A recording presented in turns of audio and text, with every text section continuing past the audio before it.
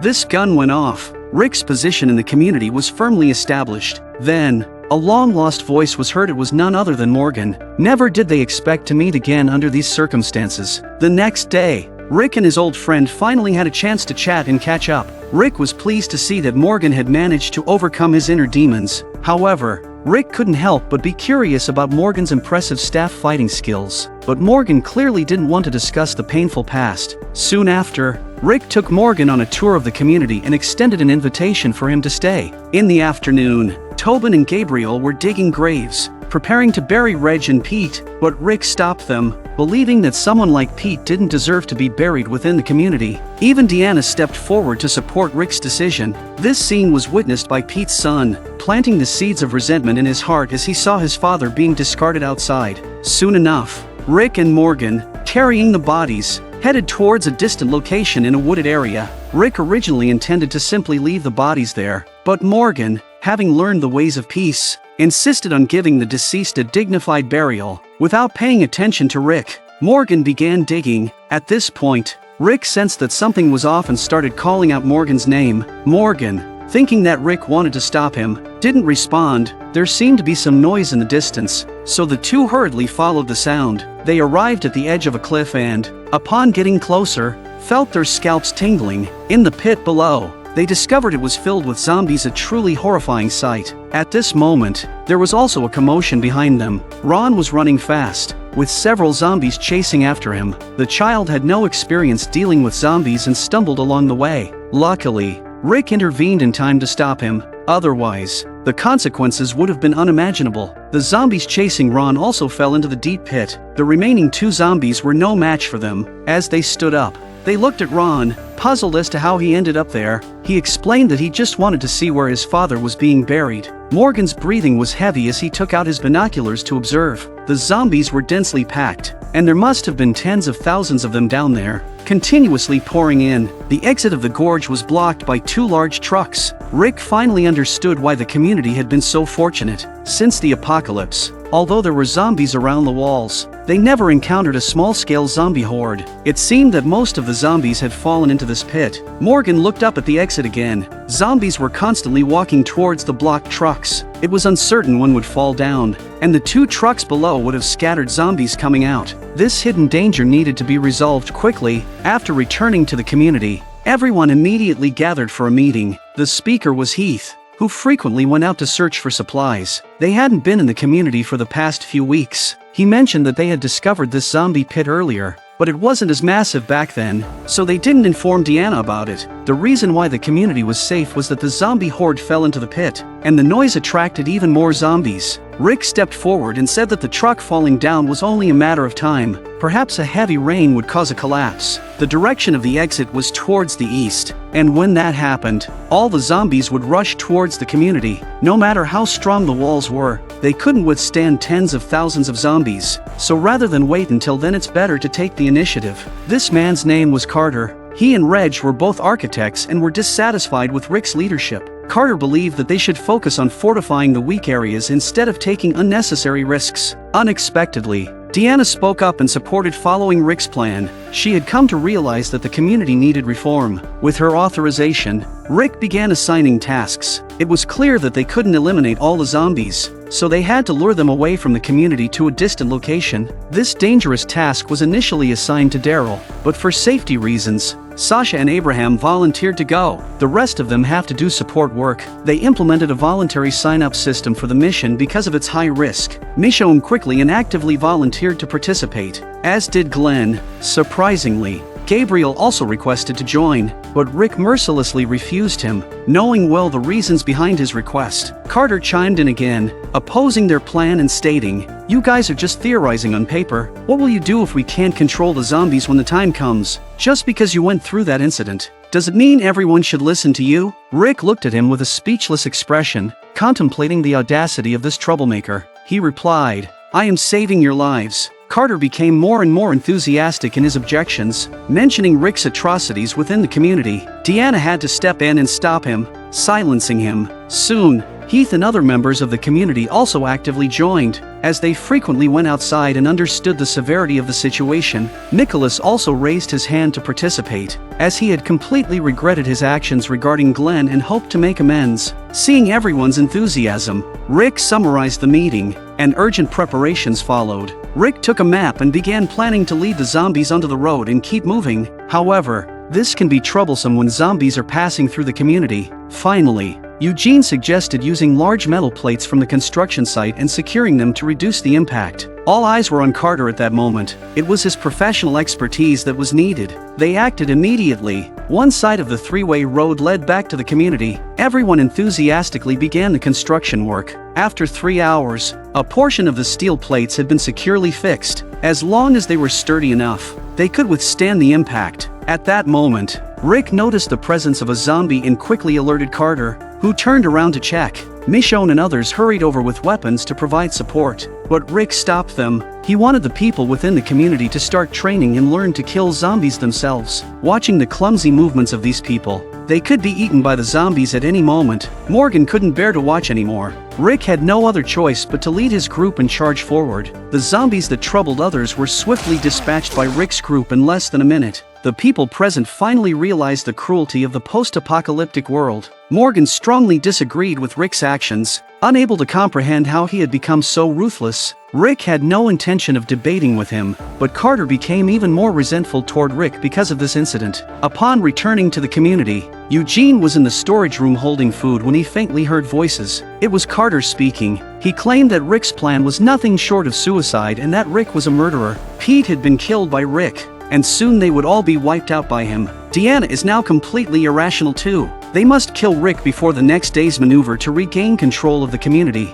Eugene listened in shock, accidentally dropping a can of food to the floor. The noise immediately caught their attention, and in his panic, he even bumped into the shelves. Carter walked in, having overheard their conversation, and saw Eugene as a living time bomb. Without hesitation, he aimed his gun, intending to eliminate Eugene. Fortunately, at that moment, Rick and the others walked in and witnessed the scene. Carter trembled and said, "I'm going to take back control from you." Rick ignored him and turned to Tobin and the others, asking, "Is this what you all think too?" But they all stated that it was only Carter's opinion. Then Rick pretended not to care and spoke casually, seizing the opportunity to take Carter's handgun. Carter's skills were really lacking, and Rick easily subdued him with a couple of moves. Without hesitation, Rick made it clear to him, "The community is now in my hands. I'm protecting your lives. It's delusional to think you can take away power." Carter's overall abilities were far inferior to those of Rick and his group. He thought he was as good as dead. Daryl spoke up and called out to Rick it meant to spare his life.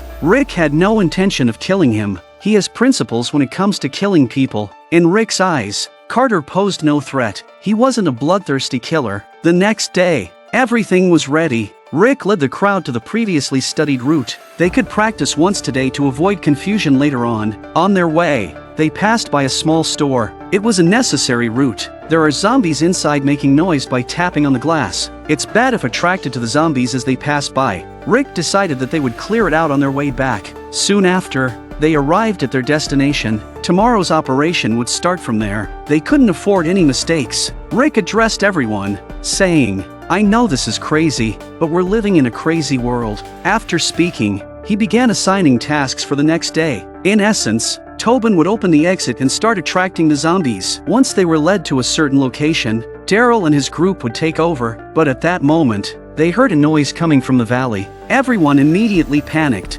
Unfortunately, the place where the truck was parked collapsed. Everyone anxiously watched, praying it wouldn't fall down. Today was just a practice, and they weren't prepared. But things didn't go as planned. The truck rolled down. Rick shouted, "The gap is open. Let's start the action now." Everyone quickly took their positions. At this point, many people on the field were a bit confused. Didn't they say it was a drill? But under Rick's command, they had no choice but to take their places. Glenn called 2 people to join him. They were going to deal with the zombies in the store they passed by earlier. Otherwise, it would cause major problems. Several signal flares were immediately launched into the air. They needed to lure these zombies to other areas. Otherwise, their home would be destroyed. Under Rick's command, Tobin also drove away the vehicles blocking the path below. The exit of the canyon was now fully open. Zombies stumbled out from both exits. Everyone retreated along the planned route. The next stage was to attract the zombies. Glenn and the others retreated along the planned route.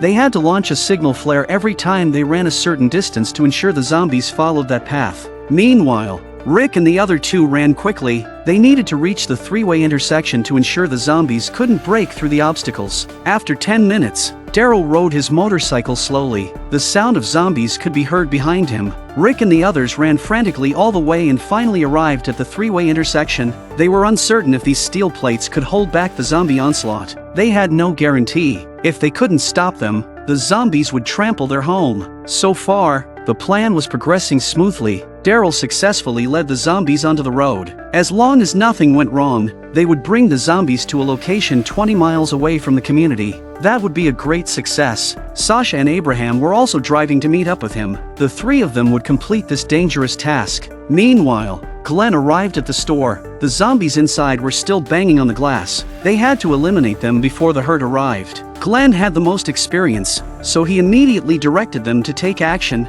He assigned Nicholas to open the door and release 1 or 2 zombies at a time in a continuous cycle, ensuring their safe elimination. Heath had some doubts about Glenn's arrangement, but Nicholas spoke up for Glenn, allowing Heath to trust him unconditionally. Just as the three of them were about to take action, Nicholas opened the door, revealing another rolling shutter gate behind it. By this time, the horde of zombies had reached the intersection. Rick and the others quickly fired the signal guns, drawing the zombies towards the east. Daryl and Sasha led the zombies, moving slowly. Now they could only hope that the steel plates could withstand the impact of some of the zombies. Soon, Daryl and the others began to turn, and fortunately, the zombies followed suit. However, some zombies still collided with the steel plates, making a terrifying noise. Tens of thousands of zombies passed by them. Finally, they successfully passed the intersection according to the plan. As long as they could lead the zombies 20 miles away, they would be safe. The zombie horde would soon reach the location of the store. Glenn's trio couldn't care less about their safety. There were probably more than 10 zombies inside. They had to take the risk and break the glass to release them all at once. With handguns in their hands, they calmly shot without wasting bullets. When their ammunition ran out, a few more zombies managed to escape. They had to engage in hand-to-hand combat. Nicholas, who used to be cowardly and self-serving, actively rushed out to kill the zombies. This completely changed Glenn's opinion of him. Nicholas had truly turned over a new leaf. After finishing their task, they quickly left and prepared to rendezvous with Rick and the others. The next task was to ensure that the zombie horde wouldn't deviate. Abraham spotted any zombies straying. He immediately jumped off the car without paying attention to Sasha's persuasion. He was truly a madman. However, he was highly efficient and quickly brought back the deviating zombies to the road. Rick and the others also caught up from the woods, observing the zombie horde from the sidelines. Everyone breathed a sigh of relief. The plan had almost succeeded. Carter took the initiative to apologize to Rick, acknowledging his leadership skills. Rick warned everyone not to let their guard down. They still had to escort the zombie horde all the way, and he ordered Glenn to cover the rear. Everyone understood the severity of the situation and followed the orders carefully. Unfortunately, Carter, the unlucky guy, was caught by a zombie from behind while running. Lacking experience, he was bitten directly on the face. His screams echoed through the sky. Some of the zombies on the path began to move towards the woods, causing more to stray off course. Rick also heard the screams and immediately contacted Tobin to fire, redirecting the zombies back, and he finally arrives to the rescue. Carter was truly foolish to let himself get bitten for so long. Rick killed the zombie with a single slash, then checked Carter's condition. He was now completely engulfed in panic, continuously screaming. Rick called out to him several times, but Carter couldn't calm down. Rick had no choice but to take inhumane measures to silence his screams. The gunshots quickly brought the zombies back on track. Rick didn't have any issues with what he did, except that it seemed inhumane, especially considering the way Morgan looked at him, as if saying, "How could you become like this?" Morgan wanted to lecture Rick, but he was outright rejected. Rick only needed Morgan's help. The zombie horde was now approximately 2 miles away from the community, and it could be considered a near victory in this battle. But just then, a loud horn blast came. Everyone turned their heads towards the direction of the community. Something was wrong. Could there be trouble within the community? The latter half of the zombies on the road started moving towards the woods, heading straight to the location of the community. How could there be such a deviation when it was so close to success? In this situation, the second half of the zombies walked towards the source of the sound. The community was now in imminent danger, and everyone wondered what had happened. Just half an hour ago, the community was going about its usual peaceful life. Carol was still discussing everyday matters with the women, while Deanna and her assistant Maggie were planning the community's development. Eugene and Tara were assisting in the medical room, where they had met the new doctor, Denise. However, she had only been an intern before the apocalypse. After a while, Carol returned home to bake cookies when she noticed her neighbor smoking across the street. It seemed their lives weren't going well either. Suddenly, a stranger rushed in and attacked the neighbor, brutally killing she. Carol sensed that something was terribly wrong. Deanna and Maggie also heard screams from within the community. They were about to ask the patrolling men what had happened when 2 Molotov cocktails were thrown. The man fell down with a scream. Maggie quickly grabbed her gun and rushed to investigate. Everything was too bizarre. The man on the ground had already lost his life, and the person who set the fire had quickly escaped. Carol immediately went to Rick's house and instructed Carl to protect his sister at home while she went out to support. Fortunately, thanks to Rick, their team still had guns. Many intruders had stormed into the community, looking like savages, armed with cold weapons. They killed anyone they encountered without a trace of mercy. Carol quietly hid in the bushes, looking for an opportunity, and witnessed their brutal actions. These people had a letter W marked on their foreheads. She ran through the woods and arrived at the back of a house. Knowing exactly what she had to do, she could only seize the opportunity to kill the isolated ones. Watching their actions, it was evident that they had done this before. When Carol reached the corner of the house, she heard a woman begging for mercy. One of the thugs was about to kill the woman. To avoid alerting others, Carol chose to sneak up and attack with a knife. Who would have thought that this fragile woman would be like a true wolf? Carol quickly approached to check on the woman's condition. The pain made her whimper, and Carol had to cover her mouth, signaling her not to make a sound. Eventually, Carol realized that the woman wouldn't survive, so she ended her suffering. Carol was grieving because this was a person with whom she had often discussed family life. Among those who discovered these attackers was Deanna's eldest son, Spencer, who was stationed in the lookout tower and had a clear view of the targets. However, his marksmanship was not impressive. Rick's team also began to take action. At this moment, the sound of a truck could be heard. Someone was trying to ram through the fence with the truck. Without hesitation, Spencer fired his gun, and a series of shots indicated that the driver was likely killed instantly. The truck crashed into the tower where Spencer was positioned, but fortunately, the fence held up. However, the truck's horn kept blaring,